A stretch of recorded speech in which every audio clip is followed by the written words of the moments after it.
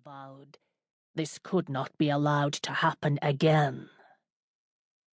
Dark, angry clouds linked together in an attempt to block the rising sun, resulting in grey streaks arched in protest across the sky.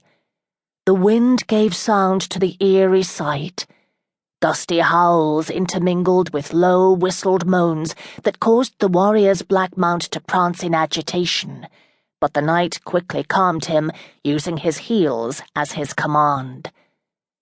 He again looked to the sky, saw that the swollen clouds were now directly overhead, and thought that it was as if night would once again descend.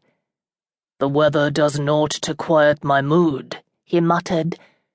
Was this a bad omen, he wondered, for he was not entirely without superstition, though he scoffed at those who were ruled by it, ritualistically seeking signs before each and every battle to predict the outcome.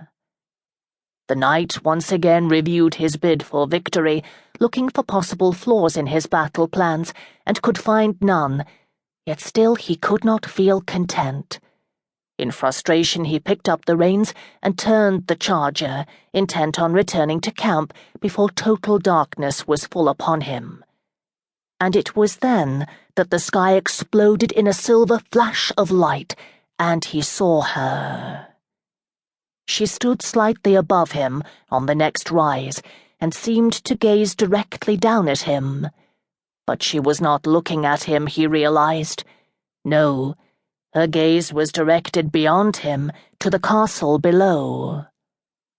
She sat erect upon a flecked mount, and was flanked by two enormous creatures vaguely resembling dogs, but of what breed he knew not, since their stance suggested more wolf than dog. He drank fully of the picture before him, noting she was slight of stature, with long pale hair free about her shoulders, and even from that distance he could make out well-rounded breasts cupped tightly against the white material of her gown by the force of the persistent wind. His mind could make little order out of what he saw, but that she was indeed more beautiful than any he had ever known. The light receded, but was replaced within seconds by another more powerful burst, and the knight's initial surprise gave way to stunned disbelief. For now he sighted the hawk flying low toward the girl. She seemed unafraid of the beast circling overhead, and in fact raised her hand as if to salute an old friend. The knight closed his eyes but for a moment, and when he reopened them she was gone. With a start he goaded his steed into motion and raced toward the vision.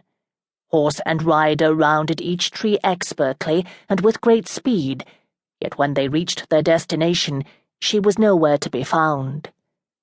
After a time, the knight gave up the search. His mind accepted that what he had seen was real, but his heart insisted she was but a vision, an omen. His mood was greatly improved when he rode full gallop into camp. He saw that his men were mounted and ready. Nodding his approval, he gestured for his lance and his shield bearing his coat of arms. Two servants hurried toward the waiting knight, holding the kite-shaped shield between them in order to share its weight, and when they reached his side, they waited in silence for the warrior to lift it. To their confusion, the knight hesitated, a small smile lifting the corners of his mouth, and stared for long seconds at the shield below him. His next action further bewildered not only his servants, but his watching followers as well, for he leaned down, and with his index finger slowly traced the outline of the hawk embedded upon the shield. He then threw back his head and relented to a deep, resounding laugh, before effortlessly lifting first his shield with his left hand and the lance with his right. Raising both high into the air, he gave the cry for battle. Chapter 1.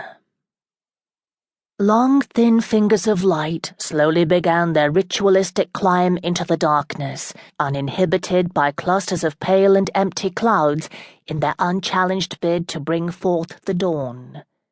Elizabeth leaned against the splintered frame of the hut's open doorway,